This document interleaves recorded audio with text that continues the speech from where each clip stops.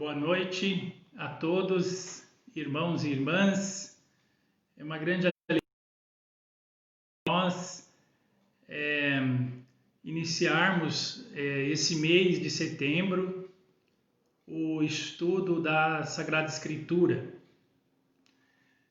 Nós estamos fazendo isso já desde o início do ano, mas de maneira especial nesse setembro nós teremos a alegria de contar com alguém que dá curso, professor de Bíblia formado, e que é o Fábio, que com muita alegria aceitou o convite de estar aqui conosco, de poder falar, inclusive daquilo que nós já estamos conversando, que é a história do povo de Israel. Sobretudo hoje, de maneira especial nesse mês da Bíblia, sobre o livro do Deuteronômio, Então, eu quero aqui primeiro apresentar ele.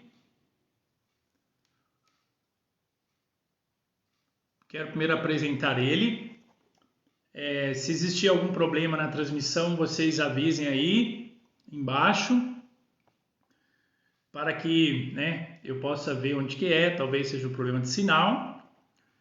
E também, depois, todos os comentários que estiverem aí, a gente vai fazer o sorteio de uma Bíblia, Então, nesse mês de setembro, todas as quartas a gente vai sortear aí uma Bíblia. E se você já tiver, você oferta para alguém, que não tenha, faça aí uma doação.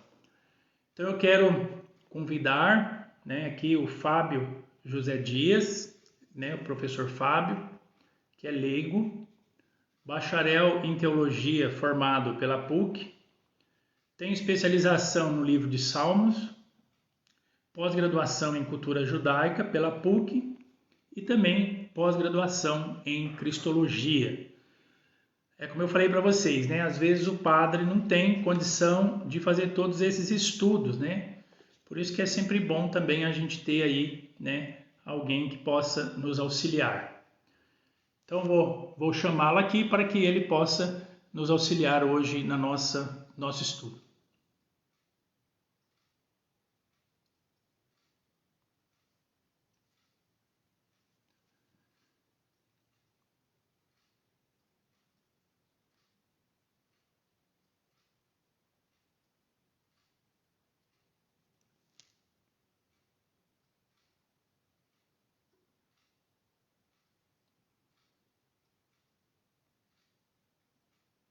Fábio.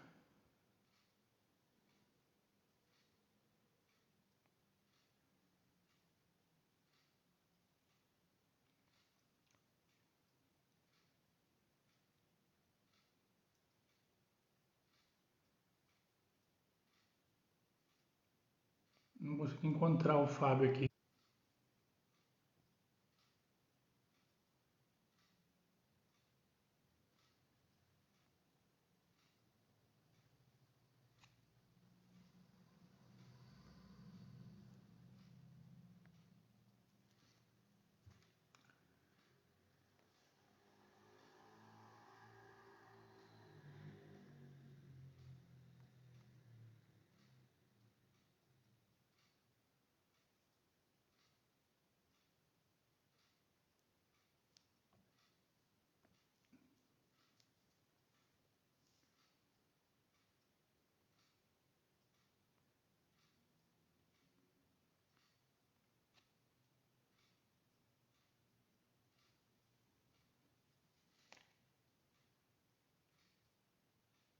Ixi, gente, eu não consigo encontrá-lo.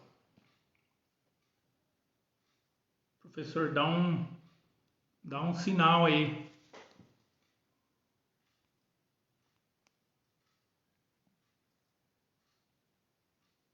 O povo tá dando boa noite. Boa noite. Quando vocês esperam, eu vou dando boa noite para vocês. Deixa eu ver. Guilmar, boa noite. O Henrique. Iguacira, A Josefa. Célia Silva. Ângela Maria, a Neuza Gomes, Fabiana também, né, participando conosco. Aqui. Aqui.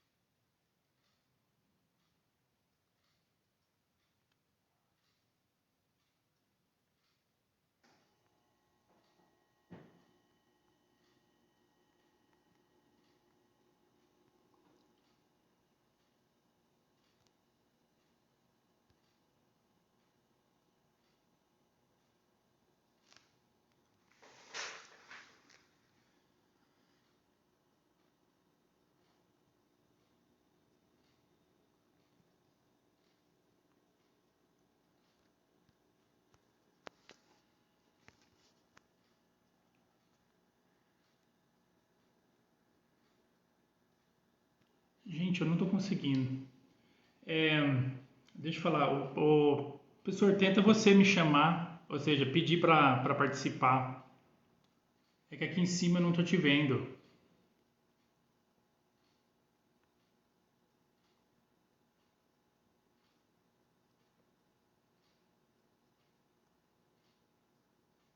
Adicionar espectadores para participar da sua transmissão.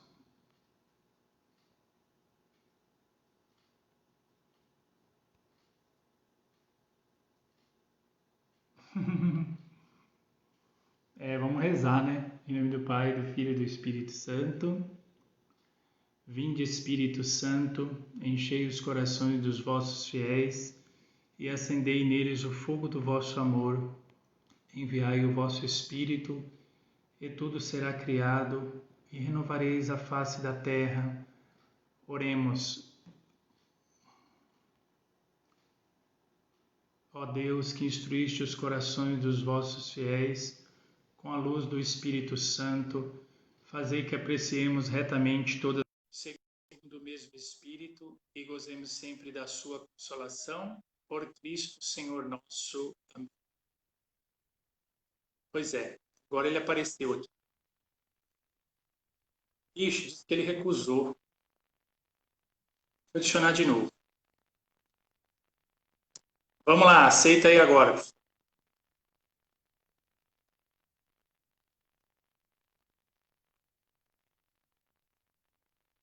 Agora eu creio que dá certo.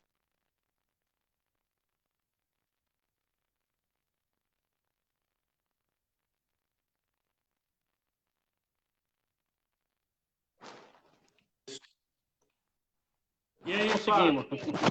Boa noite, padre. Aqui, olha, eu falo um pouquinho de teologia, mas de informática nada. Boa noite, padre. Não, mas faz parte, né? Aí são as atividades da pandemia. É, verdade.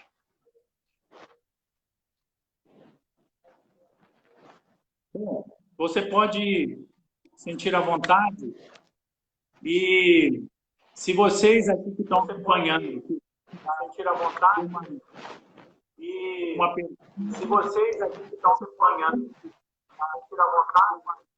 E aí eu vou fazer um intermédio. Se vocês aqui que estão acompanhando, sentir à vontade. E aí eu vou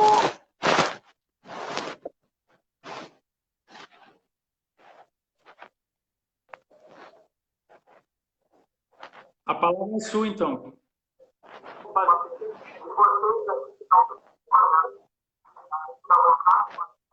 E aí eu vou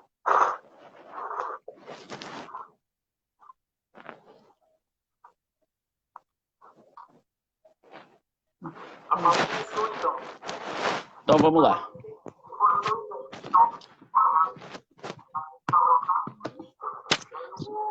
O pessoal tá me ouvindo bem? O som tá chegando meio ruim para mim. O senhor tá me ouvindo bem, padre? Eu tô. Então tá ótimo. Então vamos lá. Padre, quero agradecer imensamente a oportunidade que o senhor está me dando. falar sobre o livro do Deuteronômio. E, primeiro, padre, eu gostaria de falar um pouco como que começou esse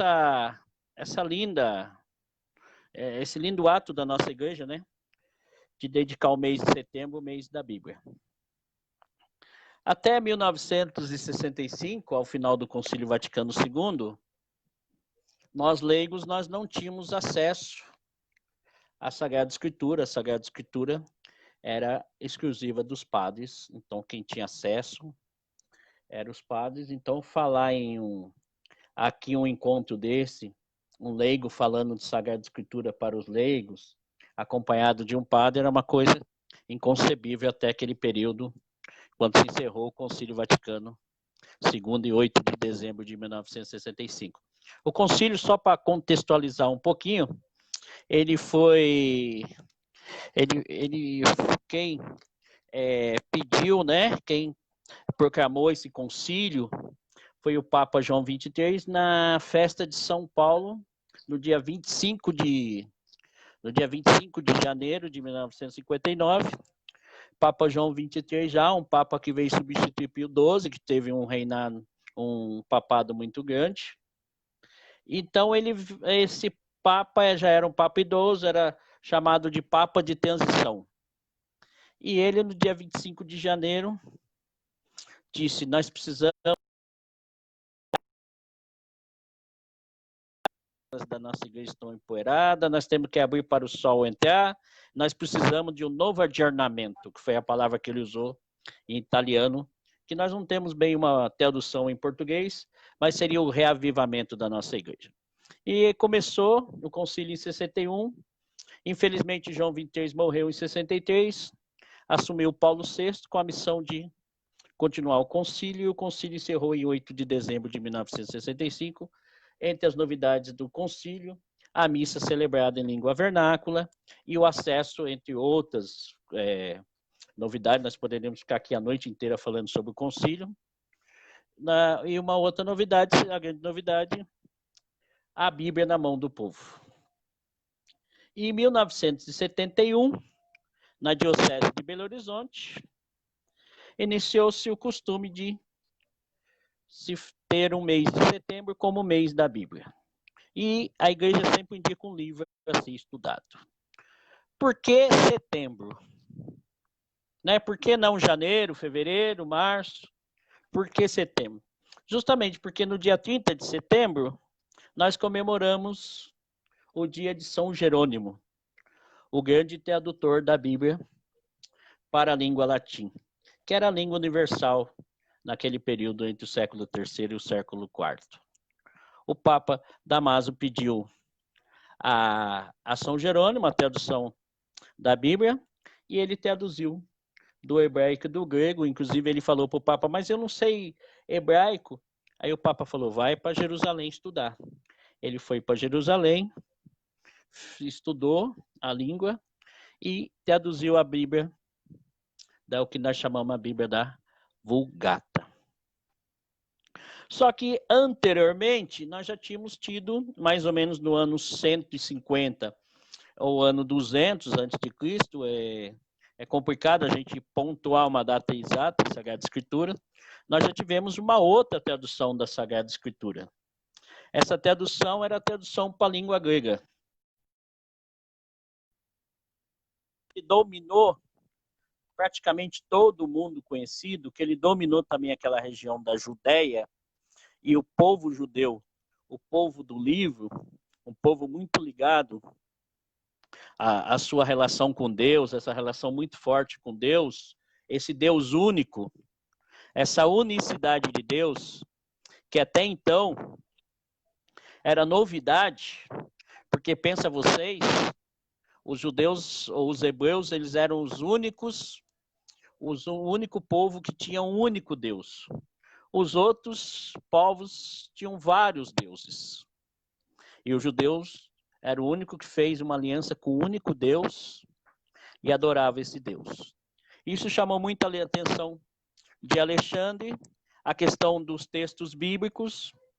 Então, Alexandre, como um macedônio, um grego, eles fundaram na Macedônia a biblioteca na Macedônia, na Alexandria, a biblioteca de Alexandria, onde ficou sendo o centro do saber.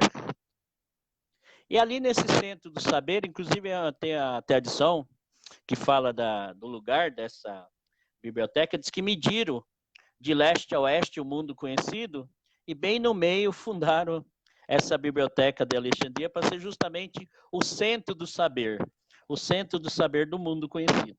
E ali diz a tradição que eles reuniram 72 sábios dentro dessa biblioteca e pediram para traduzir justamente para o grego, que era a língua oficial naquele momento, a Sagrada Escritura. E aí diz que quando foram ver, diz que a tradução era muito parecida desses 72 sábios, e esses 72 sábios traduziram, ficou muito parecido, muito idêntico, muito analógico, o que resultou na tradução dos 70, que nós chamamos. Então, nós temos aí o início dos textos gregos, a tradução dos textos gregos, e como nós temos alguns textos que originalmente já foram escritos em grego. Isso nós podemos falar posteriormente, por isso que a nossa Bíblia tem 73 livros e a Bíblia dos nossos irmãos protestantes tem 66. Mas voltando ao nosso tema, que é o livro do Deuteronômio, então a Bíblia propõe cada ano, a CNBB propõe cada ano o estudo de um livro bíblico. E esse ano foi proposto para nós o estudo do Deuteronômio. O ano passado foi proposto para nós o estudo da primeira carta de João. O livro do Deuteronômio, apesar dele ser o terceiro livro mais citado no Novo Testamento, ele é um livro pouco estudado. O livro do Deuteronômio, ele só não é mais citado que o livro de Isaías e o livro dos Salmos. Mas ele é o terceiro livro mais citado, mas porém também ele é o livro menos estudado.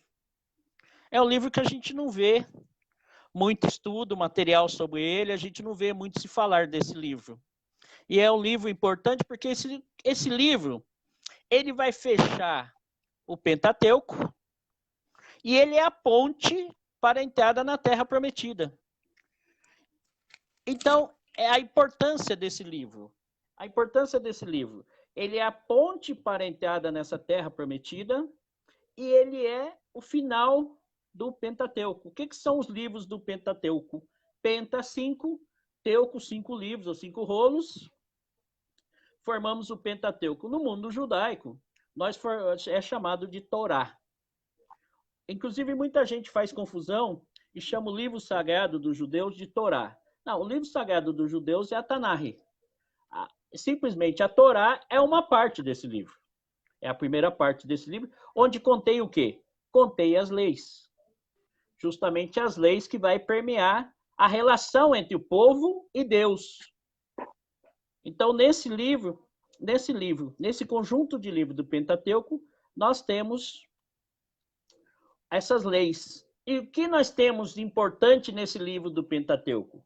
Nós temos o quê? A partir do capítulo 12 do Gênesis, nós temos justamente o quê?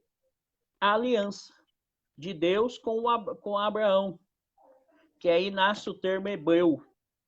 Para quem não sabe, a palavra hebreu quer dizer do outro lado do rio. Aquele que vem do outro lado do rio. Por quê?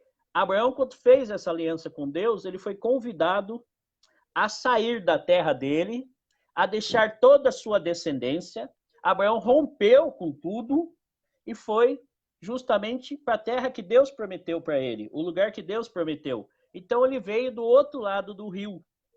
E chegando ali, ele ficou conhecido como hebreu. Então, quando nós falamos o povo hebreu, é o povo que veio do outro lado do rio. E continua, porque depois também eles vão vir à terra prometida, eles vão entrar do outro lado do rio. Que eles vão entrar pelo Rio Jordão. Inclusive, a Sagrada Escritura, no livro de Josué, fala que eles vão entrar a pé seco. Quer dizer, eles vão entrar com segurança. É Deus que caminha na frente. E aí, o livro do Deuteronômio, se a gente pegar o livro do Deuteronômio, que é uma palavra grega, ele está, para nós, como segunda lei. Né? Deutero segundo, Nômios lei. segunda lei. Mas no meu modo de ver, meus estudos, eu entendo como um título equivocado. Porque, na verdade, nós não temos segunda lei de Israel. Nós temos a lei de Israel. E é interessante que esse livro, no mundo judaico, na Torá, ele não chama Deuteronômio, óbvio, né? Ele não vai receber um texto grego, um nome grego. Ele vai se chamar Devarim, ou em algumas, vocês vão encontrar também como Debarim, que quer dizer palavras. O que é a palavra? A palavra de Deus são os ensinamentos de Deus, porque esse livro é formado por 4 discursos de Moisés. Na planície de Moabe, quando eles já vistam a terra prometida. Então, aquela aliança que foi feita com Abraão, qual foi essa aliança feita com Abraão? Olha, você vai adorar o único Deus e eu vou te dar uma terra que corre leite e mel. Essa é a grande aliança. O que Deus fala para Abraão? Olha, você vai ter uma descendência maior que as estrelas do céu, maior que as areias da praia, maior que as areias do mar, e eu vou te dar uma terra prometida. Uma terra que corre leite e mel, uma terra fértil. E ali, quando eles estão na planície de Moabe, se enxerga essa terra. Então, nós temos os discursos de Moisés e a morte de Moisés narrado no último capítulo do livro. E é interessante como, para a exegese judaica, esse livro é um livro de autoria de Moisés. É a lei de Moisés. Inclusive, nós encontramos isso no texto bíblico e no primeiro capítulo de João, quando o próprio Jesus fala das leis de Moisés. Então, e não poderia ser diferente, Jesus, como judeu, também traz essa tradição. Moisés, o autor do Pentateuco. Não existe no mundo judaico um personagem mais importante que Moshe. Então, Moisés como grande personagem, como aquele que escreveu esse livro. Porém, fazendo análise, quando nós fazemos a exegese histórico-crítico, nós vemos que o livro do Deuteronômio, ele é uma grande coxa de retalho. É um livro que teve um tempo redacional grande. Esse livro só vai ser concluído depois, no século VI, na hora que o povo sai do exílio da Babilônia. E o momento ápice desse livro é no momento dos reis.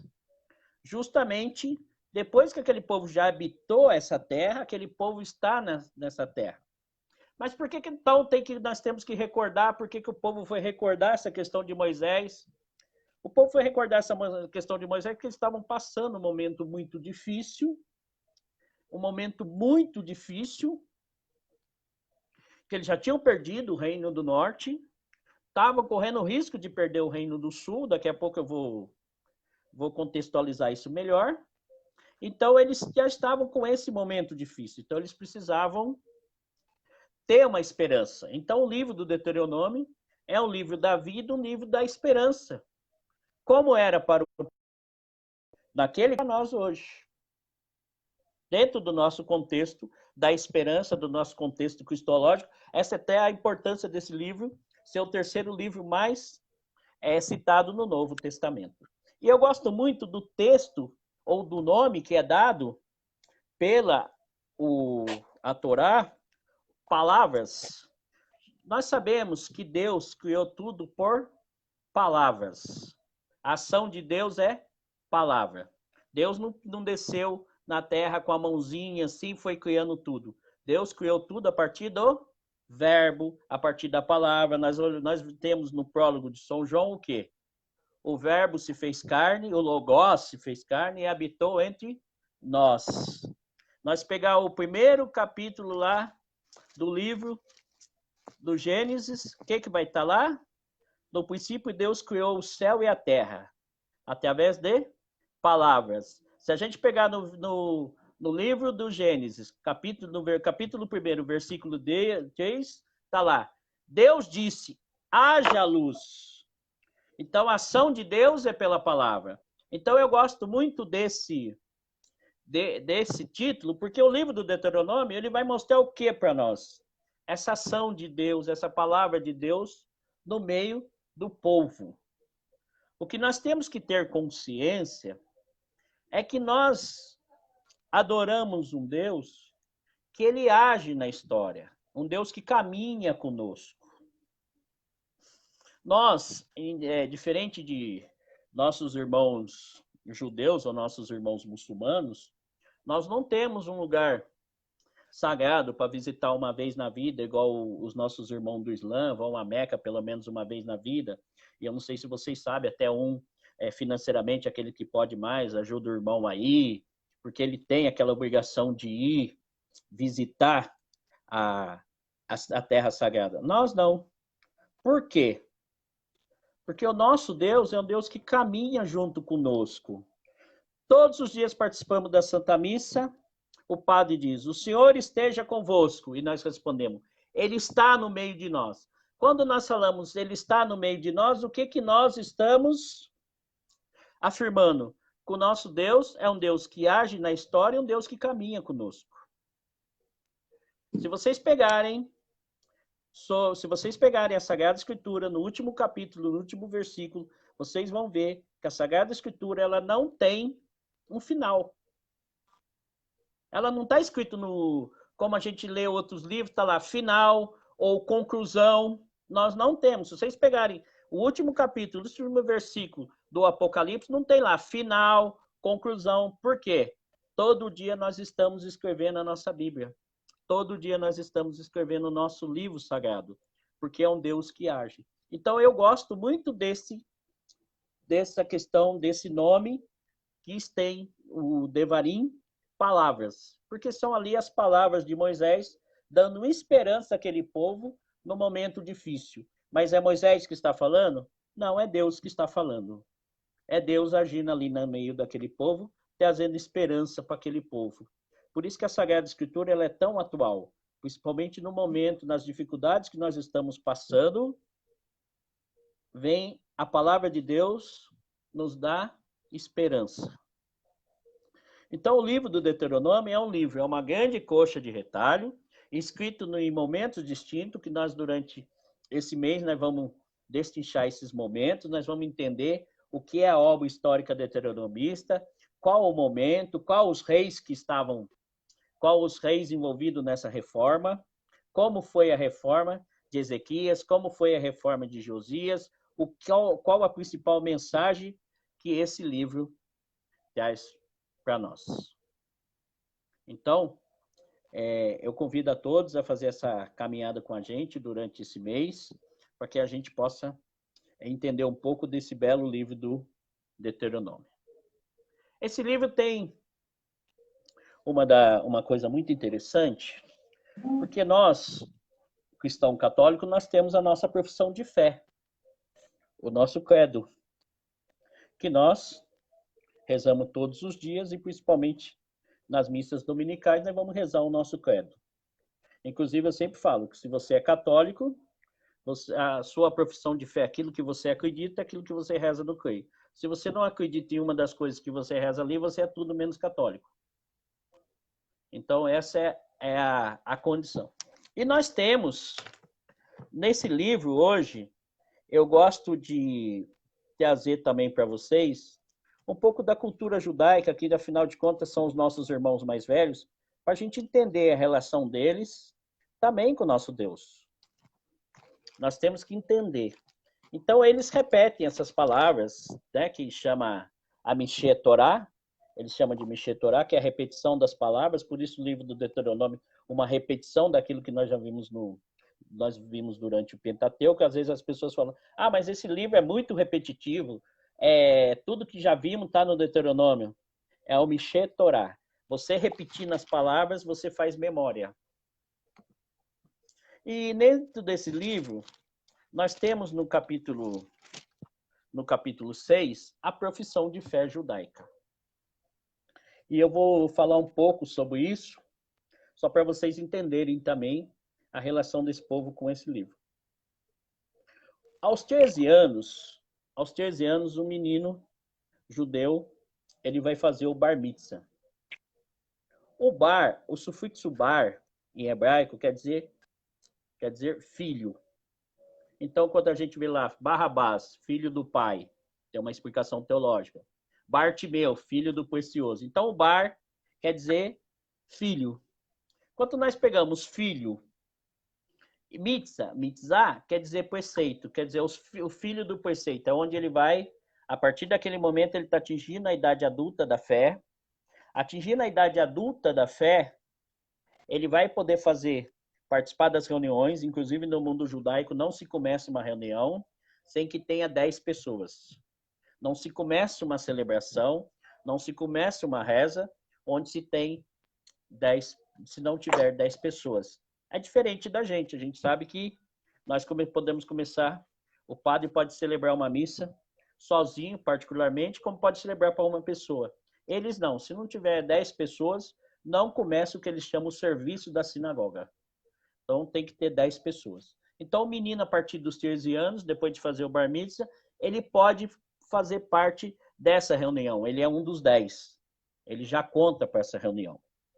Então, o menino, ele vai se preparando, 2, 3 anos antes, ele se prepara com o rabino. O rabino vai ensinar para ele, vai ensinar principalmente a lei, a Torá, e vai ensinar também a leitura na língua original. Ele vai ter que fazer a leitura na língua original. No dia do seu bar mitzvah, ele recebe vários símbolos judaicos. Entre eles, ele vai receber aquela caixinha, que eu não sei se vocês já tiveram a oportunidade de ver, aquela caixinha que eles amarram na cabeça e no ombro esquerdo, junto com um pedaço de couro preta, filiquetius. Eles amarram juntos. E ali, dentro dessa caixinha, tem o quê? Tem a profissão de fé deles. E onde está a profissão de fé deles? Eu vou convidar vocês a abrir o livro do Deuteronômio, no capítulo 6, no versículo 4. Deuteronômio 6, versículo 4. Que vai estar bem assim. Ouve, ó Israel, o Senhor nosso Deus é o único Deus. Portanto, amará o Senhor teu Deus com todo o teu coração, com toda a tua alma e com toda a tua força. Que essas palavras que hoje te ordeno estejam em teu coração. Tu as inculcarás aos teus filhos e delas falarás sentado em tua casa e andando em teu caminho, deitado e de pé. Quer dizer, ele vai meditar essa palavra todos os dias. Conforme está no Salmo 1, o Salmo 1 fala que o homem justo é aquele que medita a palavra de Deus dia e noite, e que aquele que medita a palavra de Deus dia e noite é o justo. E meditar a palavra de Deus dia e noite, ele é como uma árvore frondosa à beira do riacho.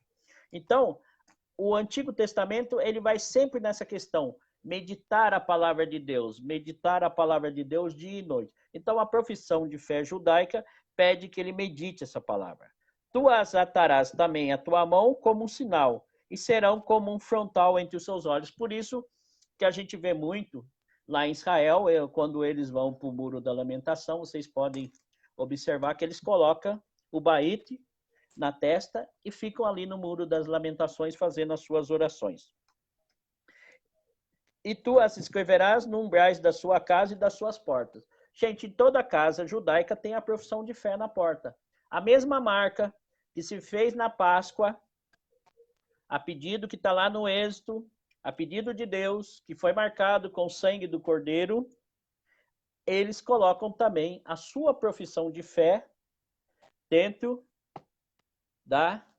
no batente da porta. Então, quando vocês chegarem numa casa judaica, vocês vão encontrar sempre a profissão de fé judaica no batente de uma porta. Ali você já vai reconhecer uma casa judaica. Então, aqui está a profissão de fé judaica. Amarás o teu Deus. E aqui tem uma questão. O único Deus. Olha a unicidade de Deus.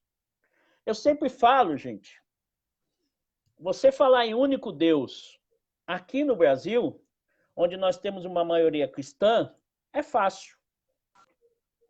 Você fala, eu adoro a Deus, o único Deus. Nós não vivemos com a realidade de vários deuses.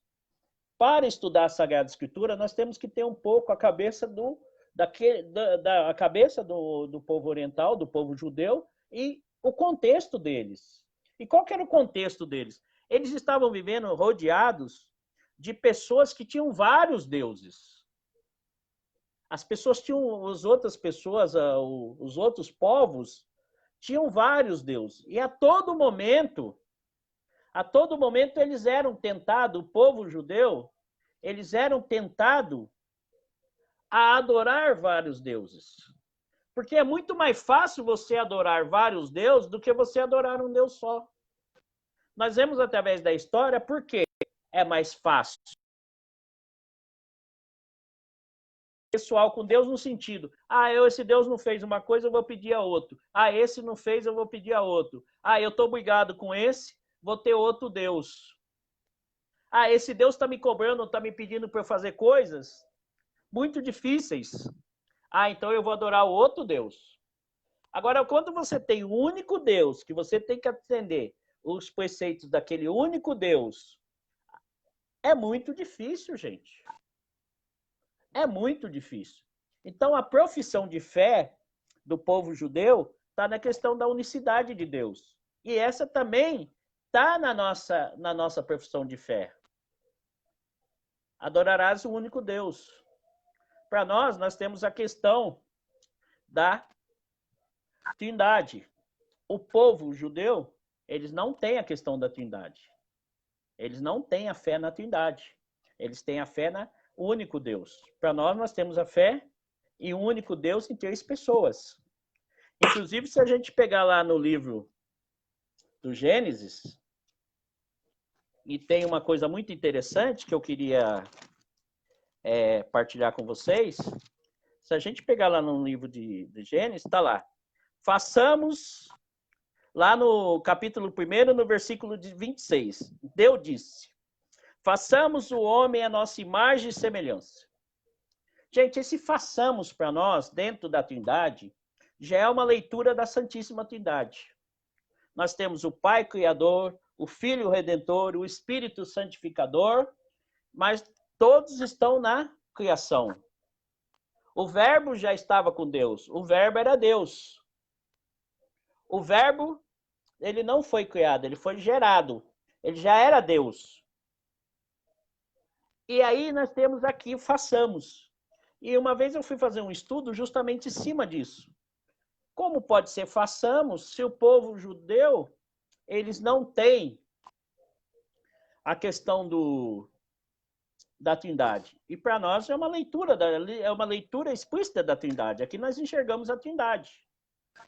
E eu fui fazer esse estudo, e no texto nós chamamos de exegese, os nossos livros de exegese, onde nós vamos buscar nossa exegese nos santos padres da igreja. Os nossos irmãos judeus, eles vão buscar nos rabinos, que eles chamam de Talmud. E na Talmud dele, no texto deles, e no texto original em hebraico, está façamos. Já fui ver o texto original, está façamos. Então, qual é a explicação para eles? A explicação para eles é que os anjos estavam na criação. Então, a questão deles é da unicidade de Deus. E nós, a questão da Trindade, o único Deus em 3 pessoas. Então, da mesma maneira que eles acreditam em um único Deus, nós também temos a questão da unicidade de Deus. Tá bom, gente? Agora eu queria tratar com vocês uma outra coisa que nós temos aqui no livro do Deuteronômio, que está no Deuteronômio 5, que eu gostaria de tratar com vocês, que é o Decálogo.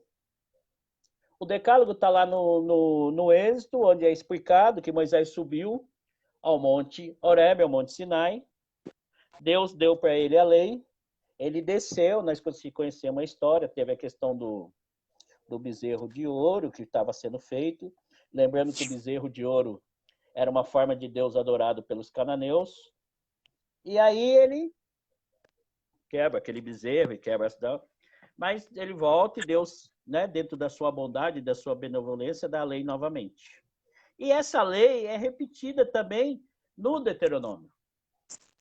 Essa lei é repetida no Deuteronômio, justamente porque aquilo que eu falei para vocês. A fixação da palavra. É muito, muito forte essa questão no mundo judaico da fixação, da repetição dessa palavra. Interessante, inclusive, ressaltar que dentro da cultura judaica tem uma coisa muito interessante dentro da mística da Cabala, que fala para a gente que Deus deu 10 leis, e 5 ele escreveu com a mão direita, e esses 5 escritos com a mão direita é a relação de Deus para com o homem.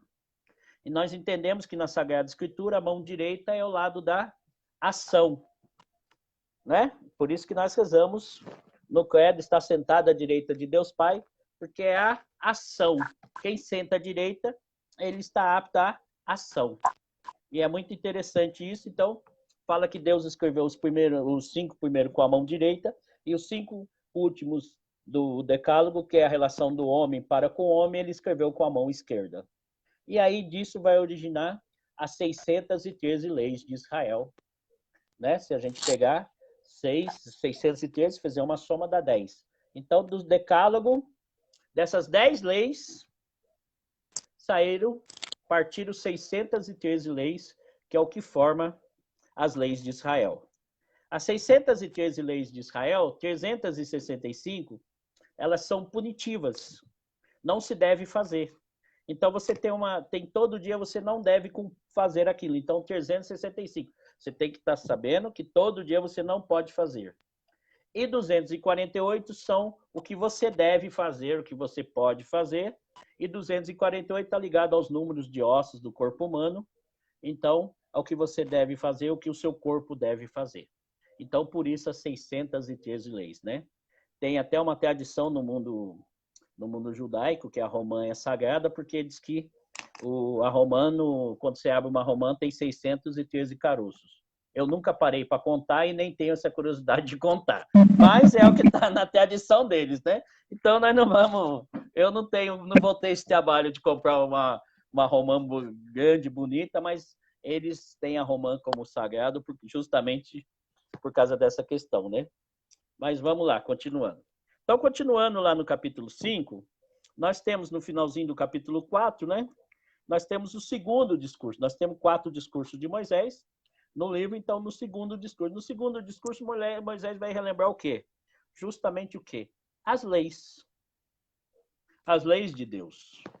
Como deve ser a relação do homem com Deus. Então, ele fala assim: Moisés convocou todo Israel e disse: olha de novo Shema Israel, que faz parte da profissão de fé judaica.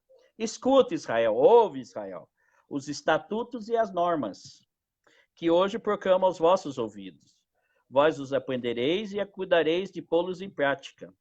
O Senhor nosso Deus concluiu conosco uma aliança no Horebe. O Senhor não concluiu essa aliança com nossos pais, mas conosco. Conosco que estamos aqui, todos vivos. Gente, uma coisa muito interessante, e é uma coisa que perpassa a Sagrada Escritura, ela vai chegar no livro dos Atos, vai ter discussão, a carta paulina tem toda essa discussão, a questão dessa aliança. Para nós lemos o Antigo, a grande chave de leitura do Antigo Testamento, óbvio que é Jesus Cristo. Tudo que está escrito no Antigo se cumpriu em Jesus. Então, nós temos os ensinamentos de Jesus e depois os apóstolos trabalhando nesses ensinamentos e vai perpassar todos os livros de Paulo, não esquecendo que Paulo era judeu, Jesus era judeu, então se nasceu, hora que nasce, vem esses ensinamentos de Jesus. Eles acreditam em Jesus como Messias, vai ter choque na comunidade. Justamente por quê? Porque alguns não vão acreditar. Então é um erro teológico muito grande alguém falar assim, Jesus veio para os judeus e os judeus não aceitaram. Não, não é verdade. Parte dos judeus aceitaram. Os apóstolos eram judeus, Paulo era judeu. Se vocês pegarem lá no Atos dos Apóstolos, quantos judeus tem relatado nos Atos dos Apóstolos, fora aqueles que ficaram anônimos. E uma coisa que vai perpassar tudo isso, o que é a questão dessa aliança? Porque para o povo judeu, essa aliança está na carne. E Paulo vai falar que ela está no espírito. E justamente na carne com o quê? Com a circuncisão. E o que identifica hoje, que dá identidade a um judeu até hoje, é o sábado e a circuncisão. Inclusive, só para nível de conhecimento de vocês, se um homem se converter ao judaísmo depois que ele já fez a cirurgia, né? A cirurgia da fimose, a cirurgia, ele vai ter que ir até um rabino ou alguém indicado pelo rabino e ele vai ter que tirar uma gota de sangue da região para poder marcar essa aliança. Então aqui, ó, é essa aliança no Horebe. Então, essa aliança que até hoje, para eles, está marcada pela circuncisão. E para nós está marcado por Jesus. O que o padre fala na celebração? A eterna aliança. Então, para nós, a eterna aliança com Jesus. Por que nós falamos em eterna aliança? Justamente porque esse povo foi quebrando essa aliança.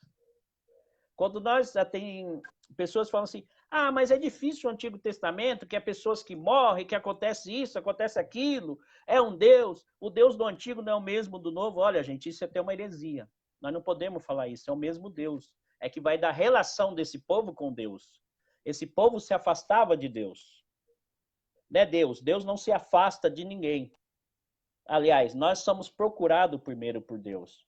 Karl Rahner, um teólogo contemporâneo ao Concílio Vaticano II, ele vai falar que nós nascemos com o órgão receptor de Deus. Cabe a nós responder ou não. Então, para nós, essa aliança... Então, quando vocês veem no Antigo Testamento, a aliança, e como é a aliança cristã com Deus? É em Jesus. Então, a nossa aliança, por isso que nós não precisamos fazer circuncisão, nós não temos essa questão tão forte igual eles têm do Shabat, óbvio que para nós é o domingo, é o dia do Senhor, é o dia Domino, mas nós não temos essa questão, porque para nós essa aliança é Jesus.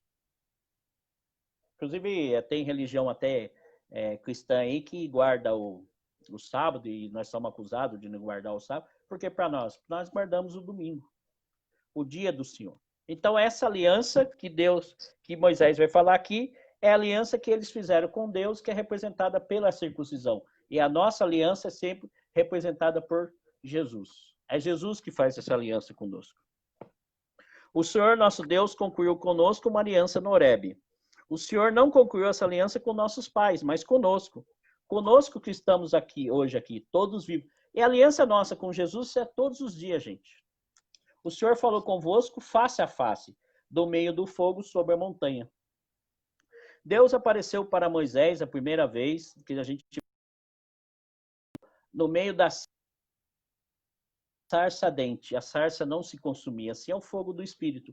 Nós somos moldados, mas nós somos melhorados. O fogo do Espírito é transformador. O fogo do Espírito, ele não é um fogo devorador. Pelo contrário, ele é o fogo transformador. Então, ali a salsa não se consumia. A salsa estava ardente, e assim deve ser o cristão, ardente na palavra de Deus, mas ele não vai ser devorado. E aí, gente, Deus se apresenta ali, e é interessante que Deus se apresenta com... E Moisés fala, mas quem eu devo apresentar? E Deus vai falar para si, você deve falar, eu sou. Então, esse é o nome de Deus, eu sou. O nome de Deus não é Yahvé, Javé, isso é pseudônimo de Deus. O nome de Deus é impronunciável, gente. Podemos aqui uma hora falar aí sobre o nome de Deus, as letras em hebraico, nós não conseguimos pronunciar o nome de Deus. Vocês veem que eu faço as leituras, eu não falo Yahvé, Javé, eu falo Senhor, porque o nome de Deus é impronunciável. E continua hoje para nós. Deus é tão sagrado que nós não conseguimos pronunciar esse nome. Então, eles fizeram essa aliança com qual Deus? O Deus eu sou. Por que o nome de Deus eu sou? Porque justamente o eu sou. Então, Deus não era e nem será. Deus eu sou. E aí já é a chave de leitura para nós, onde Deus se apresenta justamente sobre aquilo que eu já falei. O Deus que age na história. Ele não é um Deus que ficou lá no Êxodo, preso à escravidão do Egito, ou ele não é um Deus que parou no livro do Apocalipse. Ele é um Deus que age, um Deus que está aqui. Então, eu sou, é um Deus presente. Pois ficaste com medo do fogo e não subiste a montanha. Ele disse: eu sou o Senhor teu Deus, aquele que te fez sair da terra do Egito, da casa da escravidão. Gente, como eu estava falando para vocês, falar de um Deus aqui no Brasil, onde a maioria é cristã, é muito fácil. Então eu só falo Deus. Deus é genérico. Eu falo Deus, Deus, nós sabemos qual Deus. Mas se cabe uma pergunta, se eu estiver lá na Índia, por exemplo. Se eu chegar lá na Índia e falar do meu Deus, eles vão perguntar assim, mas qual Deus? Cabe essa pergunta lá. Eles têm mais de... nem eles sabem quantos deuses eles têm. Numa cultura politeísta, cabe essa pergunta. E como nós vamos responder? Aqui está a resposta. Qual Deus que eu adoro? Eu adoro o Deus que me libertou da terra do Egito, que me liberta da minha escravidão e continua me libertando até hoje. Ele me liberta todos os dias. Todo dia Deus nos dá a liberdade. Ele é libertador. É o Deus libertador. Então, quando eu perguntar para vocês qual Deus que você adora, que nós adoramos, você vai responder justamente isso. O Deus que me libertou da escravidão do Egito e que continua me libertando todos os dias. Esse é o nosso Deus. É o Deus que nós adoramos. Não fará para ti imagem esculpida de nada que assemelhe ao que existe lá em cima, no céu ou cá embaixo na terra, nas águas que estão debaixo da terra. Não te prostrará diante desses deuses, nem os servirás, porque o Senhor teu Deus, eu sou um Deus ciumento. Gente, o que quer dizer um Deus ciumento? A palavra Israel, quando nós falamos Israel, o povo, né? Israel quer dizer povo de Deus, mas essa palavra no contexto ela é uma palavra feminina. O povo é feminino, a palavra de Israel é feminina. E aqui nós trabalhamos com uma analogia, onde às vezes a gente fala a origens, né? Dentro do catolicismo grande, o grande padre que trabalhou com a questão da analogia, mas isso já é uma realidade do mundo judaico. Os rabinos já trabalhavam com essa analogia. E qual é nessa analogia? Deus é o esposo e o povo é a esposa. Você, esposa, você não vai me trair porque eu sou ciumento. Inclusive, essa é a chave de leitura para o livro de Oséias. Você não vai me trair porque eu sou um Deus ciumento. Então, e sendo um Deus ciumento, eu puno com a iniquidade dos pais sobre o filho até a terceira e quarta geração do que me odeiam, mas que também ajo com amor até a milésima geração. Gente, olha como o nosso Deus é um Deus bondoso, um Deus de compaixão. Ele pune até a quarta geração. Só que aí tem muita gente que para aqui. Não, o Deus do Antigo Testamento ele é ruim, ele pune até, mas não entende o texto. Mas olha o que o texto diz. Que também ajo com amor até a milésima geração. Gente, olha, o texto está nos falando o quê? De um Deus misericordioso. Não está falando de um Deus que vai punir, um Deus punitivo.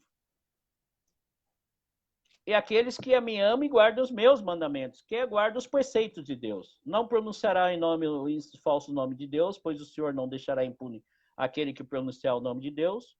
Guardará o dia de sábado para santificá-lo. Gente, todas as culturas antigas deixaram alguma coisa para nós em nível de história.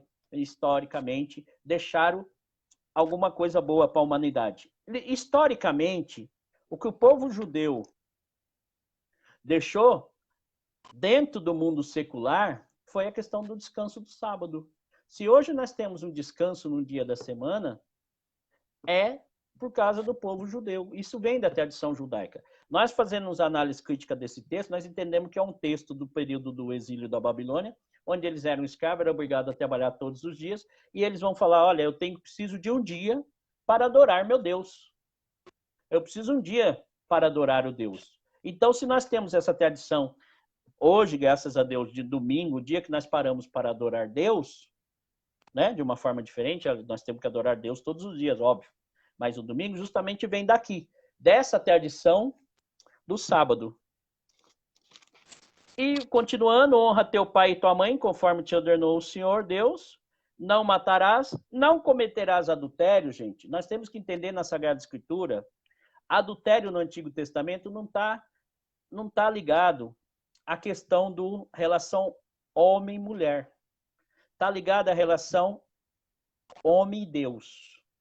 Até porque dentro daquele contexto, nós sabemos que dentro de uma tradição patriarcal como era, e como era tratada as mulheres, aqui não teria essa condição, não tem essa preocupação do adultério. Nós vimos até que Jesus condena isso quando vamos falar da carta de Moisés. Então não tem essa conotação. Então a conotação de adultério aqui é justamente a conotação de Deus com o povo. Não roubarás, não apresentarás falso testemunho e não cobiçarás a mulher do próximo, nem desejarás seu próximo. Então, gente, essas são as leis que Moisés recebeu, o decálogo, que são os nossos 10 mandamentos, que para os nossos irmãos judeus também é que vai ligar as 613 leis. Tá bom, gente? Ô, padre, acho que nós temos 1 hora, né? Então, já falei demais. Você está me ouvindo aí, né? Estou ouvindo perfeito. Então, nós lemos a questão dos 10 mandamentos, né? E o Deuteronômio é um livro relacionado às leis, né? E como que desses 10 mandamentos, eles se transformaram em 613 leis, no caso, como o judeu segue, né? Justamente fazendo aberturas, alguns entendimentos dessas leis, eles acabaram abrindo o leque para montar esse código, vamos dizer. Esse código teocrático, né? Dentro de uma relação com Deus. Então, eles foram abrindo essas leis, fazendo a compreensão dessas leis, e também tem a questão cultural, que nós sabemos que também semana que vem a gente vai ver a questão das leis do puro e do impuro, aquela questão toda. Então, eles foram abrindo, dentro da realidade deles, essas normas e esses preceitos da lei. Nós sabemos que, para se viver em sociedade, nós temos que ter ordenamento, nós temos que ter leis. Uhum. E aí essas leis foram se abrindo. Aí, inclusive, padre, eu posso, semana que vem, não sei como, mas disponibilizar essas 613 leis aí para a gente, se o pessoal quiser ter esse acesso, é interessante conhecer essas leis. Isso.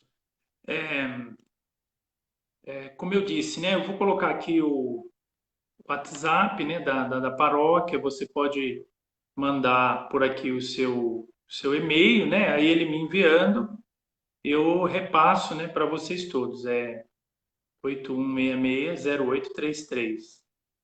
Porque eu acredito que aqui no Facebook não seja possível eu mandar, né, para vocês.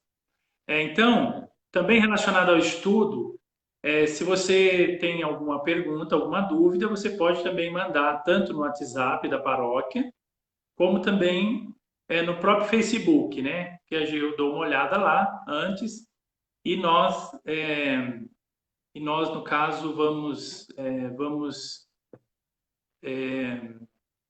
também procurar aqui logo no começo passar. Então, mais uma vez, eu quero agradecer, né, o professor por aqui. E é uma grande alegria, especialmente nesse mês de setembro, para que nós possamos amar, né, a palavra de Deus. Como foi dito, né, o Deuteronômio é esse devarim, essa palavra que nós vamos ruminando, né? Vamos ruminando, e a leitura da Bíblia vai trazendo isso para nós também. E eu quero sempre lembrar, né, que muitas vezes as pessoas dizem assim, evangélico lê a Bíblia e católico não lê a Bíblia, né? Evangélico conhece mais a Bíblia. Gente, a Igreja Católica disponibiliza a Bíblia para todos, né? A leitura para todos. Diversas traduções mais simples. Se você não lê, se a pessoa não lê, né, você diz para ela, olha, se você não lê, você não estuda, é porque você não tem interesse, né? Você não tem vontade. Então, Deus abençoe a todos vocês que estão aqui, né, acompanhando. Na outra quarta-feira nós estamos aí. E eu vou aqui, como eu disse, né, fazer o sorteio. Vamos ver. Alô? Oi. Falou alguma coisa? Não. Então, esse aqui deve ser um pseudônimo, né? É Zu Moraes, né?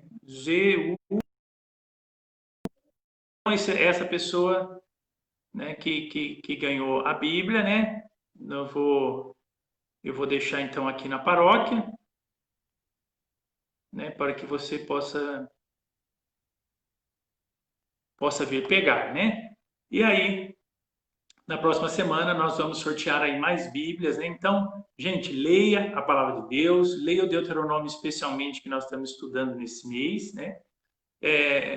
Reze com os salmos, é importante você rezar com os salmos, como eu sempre digo, para que a palavra de Deus ela possa se tornar parte de nós, do nosso trabalho. Então, vamos nos colocar agora diante de Deus, né, nesse momento, agradecer ao Senhor pela sua bondade para conosco e vamos pedir que Ele derrame sobre nós a sua bênção. O Senhor esteja convosco. Ele está no meio de nós. Desça sobre todos vocês a bênção do Deus Todo-Poderoso, Pai, Filho e Espírito Santo. Amém. Irmãos e irmãs, então, na próxima quarta-feira, às 9 horas, conto com você aqui de novo, né? O professor também, com certeza, para transmitir para nós tudo isso, né? Especialmente o amor pelo povo de Israel, que da onde veio, né? Todas as leis, toda essa fé também que veio para todos nós. Deus abençoe. Uma boa noite a todos. Não sei se você quer despedir aí também, professor. Boa noite, muito obrigado. Semana que vem, com a graça de Deus, estaremos aqui reunidos. Vamos trazer mais um pouco do livro do Deuteronômio. Vamos estudar, que como o padre disse, é importante você estudar. Eu sempre falo que a Bíblia é o manual de Deus. Como é que eu posso seguir um Deus se eu não conheço o que ele quer de mim e como foi a manifestação dele no meio do povo, ou como é a manifestação dele no meio do povo? Amém. Amém. Então é isso. Deus abençoe e uma boa noite para todos. Boa noite, obrigado, padre. Tudo de bom.